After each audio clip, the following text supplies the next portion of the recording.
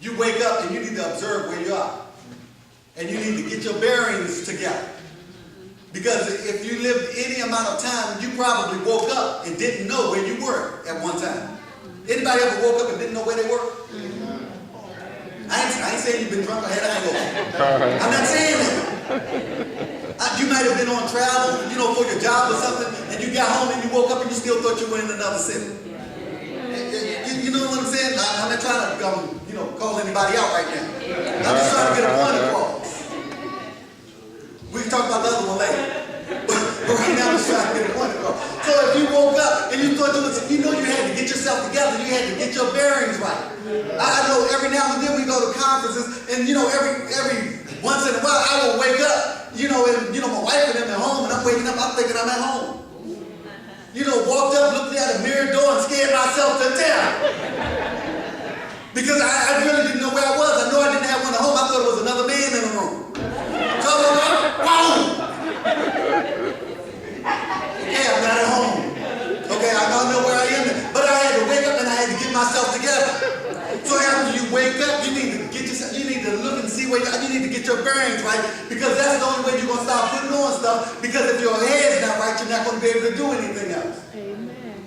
So after you wake up, you need to get your bearings right, and you need to start putting on stuff. And Jesus is here right now to help us.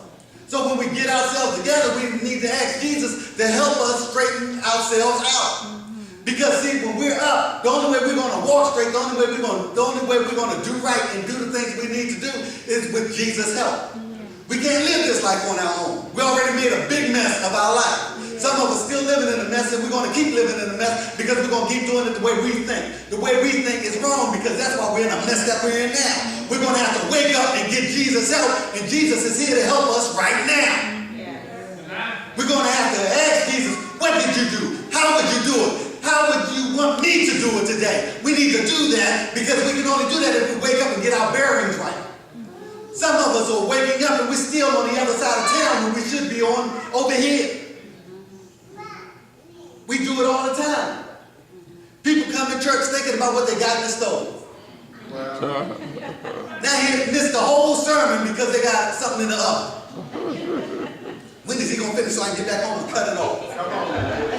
Well, they got ovens with timers on it now. Get up with the time so it can cut off itself so you can pay attention. Am I right? I'm going to miss my TV program. No, they got DVRs. They got all kinds of important things. When people say they're going to miss their TV program, that ain't even good no more. You can't even use that no more. You can't even say you're going to miss your souls. You can take it. Am I right? I can't go. I got to catch my... What you got to catch? If you don't catch them now, you can catch them in syndication. You need to wake up and do it. See, God's taking out all excuses with technology. Every last one of them. People call you and you say, well, I didn't get a message where you saw the phone number or the phone number. If they called you, you know they wanted something, but they didn't leave a message, you saw my number. Did you see my number? Yeah. Why didn't you call me back? Come on now. See, God's taking out all kinds of excuses that we used to use. So we don't have that stuff no more. So we need to wake up, smell the coffee, and as we do that, we need to get our bearings right. And to do that, we need to start taking off some of that old stuff. All those old excuses, all that old stuff we used to say, we need to take that off. Because sometimes we try to put on a new life over an old life, and it don't work. That's why people be faking Christian life. That's why you can come into church, or you can say you're a Christian and start talking about people. Start gossiping about people. Start talking about what the church ain't doing. Well, if the church ain't doing it, why don't you do it? Well, since you already know what they're not doing. But they ain't cleaning right. Well, why don't you clean? Since you're an expert on cleaning, they can't cook. But why don't you cook? They can't sing. Well, why don't you sing? He can't preach. Well, why don't you preach? I always like to hear some good preaching. I will sit down and listen to you. Amen. You know, it's funny because I didn't call myself a preacher. God called me a preacher. I never said I was a preacher. I was a politician. Amen. I was going to be something else. But nevertheless, when you wake up, you need to to take off stuff. All the old excuses, all the old things you used to do, you need to take that stuff off. Because you need to be dressed in Jesus Christ. Because we're talking about putting on the Lord. So, after you take off stuff, we need to put on Jesus. And what do we put on? You know, when we put on Jesus, he will turn around our messed up life and turn it into a glorified life. See, after we take off all of this stuff, all these old excuses, all these old things we used to do, all the negative stuff we used to say, all the gossip, all the backbiting, you know, Paul said, and all the bickering, all the grabbing of things, and, you know, plain sight, all of this stuff. You know, when we take off all of that stuff, we need to put on Jesus Christ, because the only way you can put on new clothes is to take off old clothes. The only way you can put on new clothes is to take off old clothes. That's why sometimes people live in cycles. You know, if you're mad about the same thing now that you were 10 years ago, you ain't moving nowhere. Things I was mad about 10 years ago don't make me upset no more. You know, things I used to do 15 years ago, I don't do anymore. Yes. You know, so if you're doing the same thing, you're running the same circle, you're telling the same lies, you're hanging around with the same people, and you ain't getting nowhere. You're mad at the same things.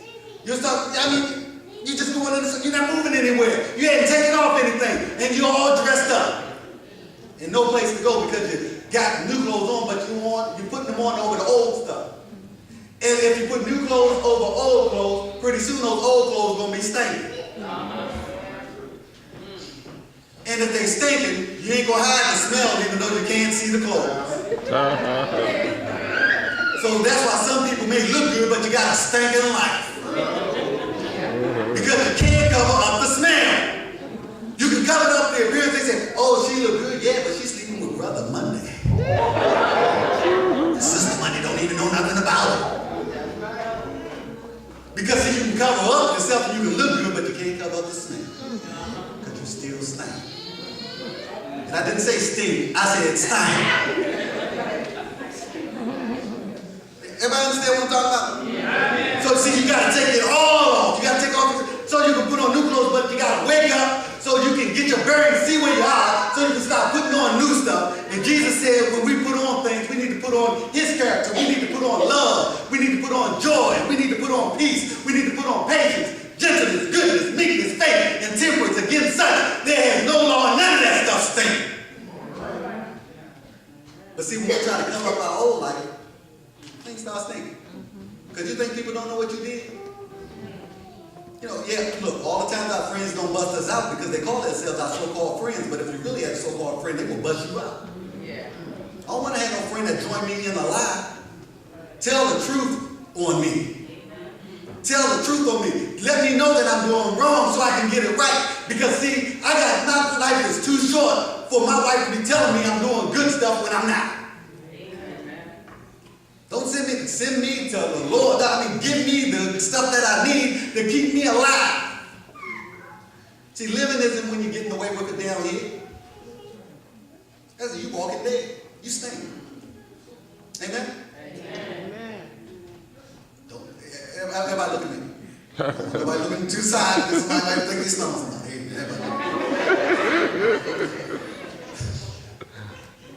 Hey, because sometimes you get a mental picture. Everybody look at me. Okay. Don't look at nobody. Don't look side to side. So, you know, after you wake up, after you take off, we put on our Lord and Savior Jesus Christ. And when we put on the new things after we take off the old things, your life starts smelling sweet. Yeah. Things start looking sweet. Things start smelling better. Not just in your life, but in other things too, because Jesus Christ brings that sweet smelling fragrance to each and every one of our lives when we put on the Lord. So, you know, if we listen to Paul in Romans 13, at the end of 13, 11 through 14, and if we're taking off what Paul says take off, then if we're putting on Jesus Christ, we should be more than successful and more than victorious in this life.